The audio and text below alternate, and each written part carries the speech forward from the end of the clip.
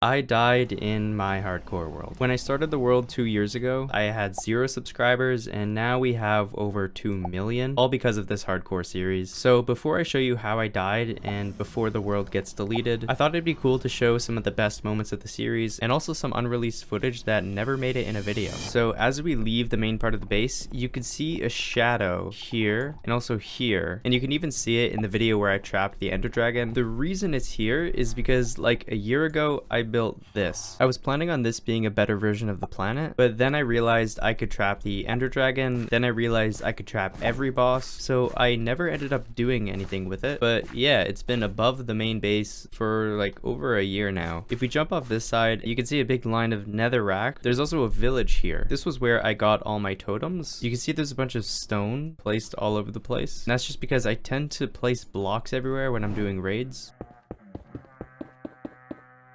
Oh, there's also a rail here, which is what I used to grab all the mobs from the raid. That was a ton of fun.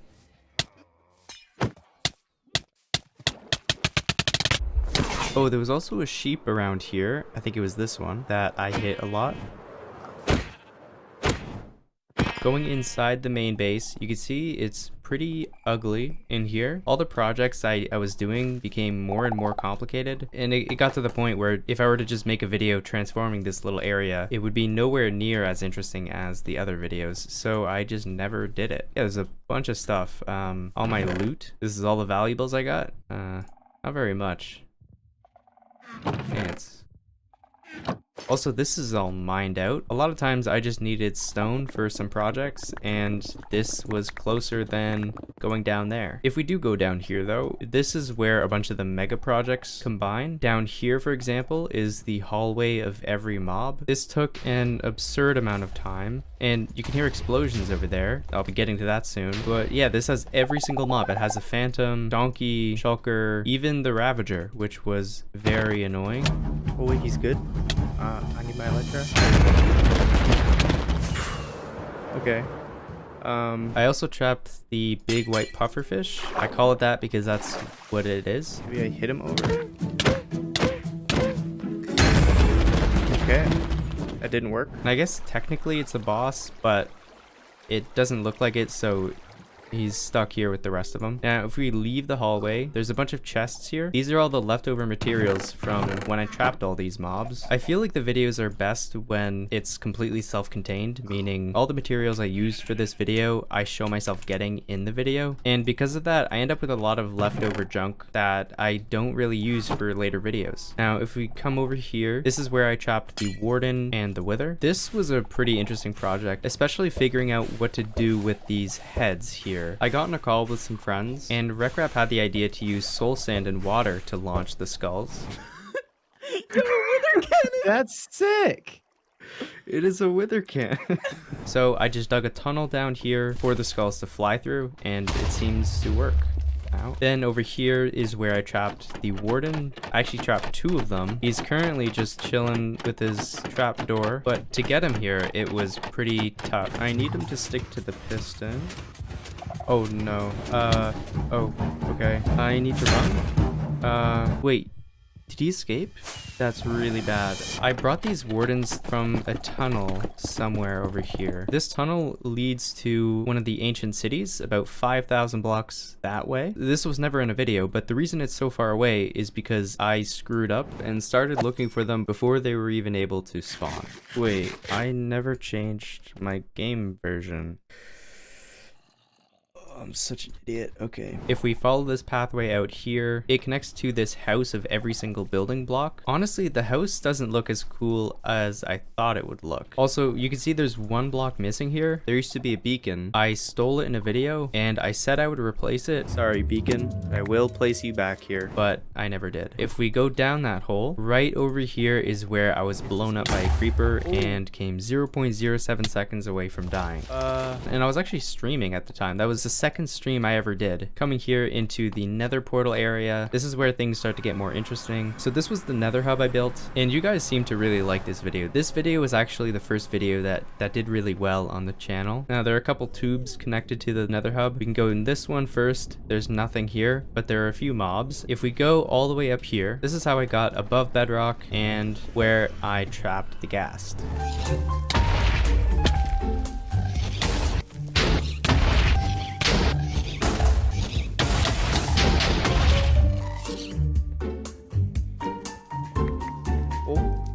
We did it. I also almost died here because I didn't understand how chunk loading worked. Oh. That's not what I wanted to do. Now, instead of going that way, if we go this way, there is a lot more random stuff everywhere. There's even still this small magma cube that was a survivor of that whole ordeal. I'll send Cube over. Okay, he's not letting me. Okay, you know what? I'm sorry, Cube, but I need you to be spawner. This rail is what I use to bring the nether mobs into the overworld. If we follow the rail, it goes all the way up here into this open area, and it goes towards the nether fortress. There's also a bunch of fire here. I don't think I ever showed what happened. Uh-oh. Okay. Okay. Come down, come on. No. Oh, that was so close. Yeah, catching a ghast was not easy to do. So the rail goes all the way through here into the nether fortress. This nether fortress is kind of scuffed. I had a couple close calls in the fortress though. One of them was right in here. There's a bunch of mobs in here. Okay. That didn't go very well. I got launched off the edge here. No. Oh, over here. Oh my gosh. Over here's where the bastion is, and right next to it is this thick portal, which I used to bring the guardians over. Making this right by an edge was a very bad idea. The guardians, for some reason, they just jump down there as soon as they get in. It was, I don't know why. Oh, you snuck out. No. Why do they do that? They just jump off a cliff as soon as they see one. I don't know why they do that, but they do. So there's also a bunch of fire here. Again, I didn't show this in any video, but it was still from when I was trying to catch a ghast. Okay. There were quite a few moments like that where it was a good enough moment to put in the video, but there's just so much that can be in the video, it ends up getting cut out. Finally, there is one last tube, and this is what leads to the end. You can see I didn't finish the tube, but if we go down here, this is how we get to the end. I can do a cool transition. Boom, now I'm in the end, and here we are. The only reason I made this tunnel, the nether, was so that I can make it a cool transition in the edit. Yeah. But this is the end, and it's definitely my favorite part of the world. I did multiple big projects here, and of course you can see all these random materials that I never ended up doing anything with. This area looks really cool up here. It's sort of like the planet was lifted up out of the ground, and I didn't mean to do that. I also saw people wanted to see the inside of the planet. This is it. It looks pretty weird. Yeah, I think it looks better from the outside. The planet was the first build I did in the end. Then after that, I dug out this giant pit. The pit was too big to dig out by hand, so I had to use a bunch of TNT dupers.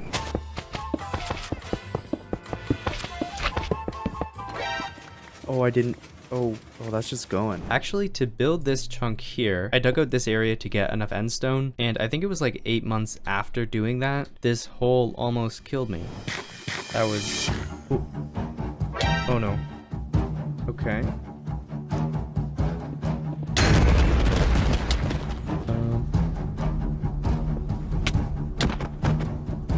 Please.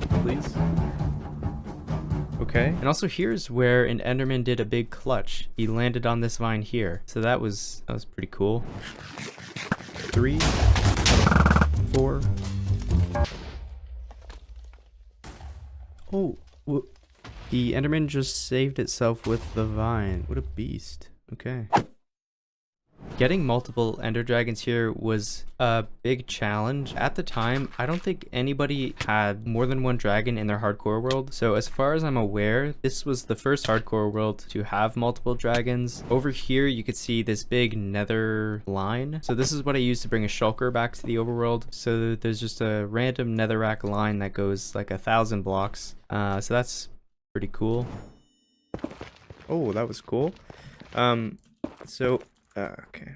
This portal here is what the dragon came out of when I was spawning more of him in. So he popped out here and then I flew back with the dragon. It was a pretty cool scene actually. Finally, I'll show you how I actually died. It happened right over here.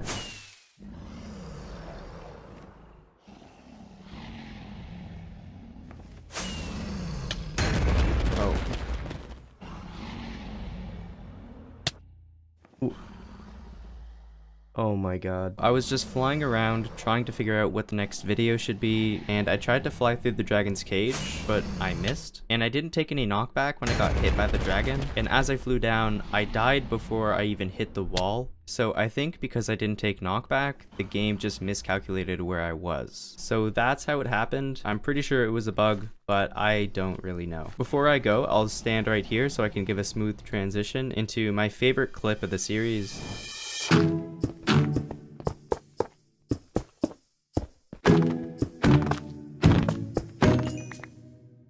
It's kind of crazy to think, but when I started this world, we had 0 subscribers, and now we have over 2 million.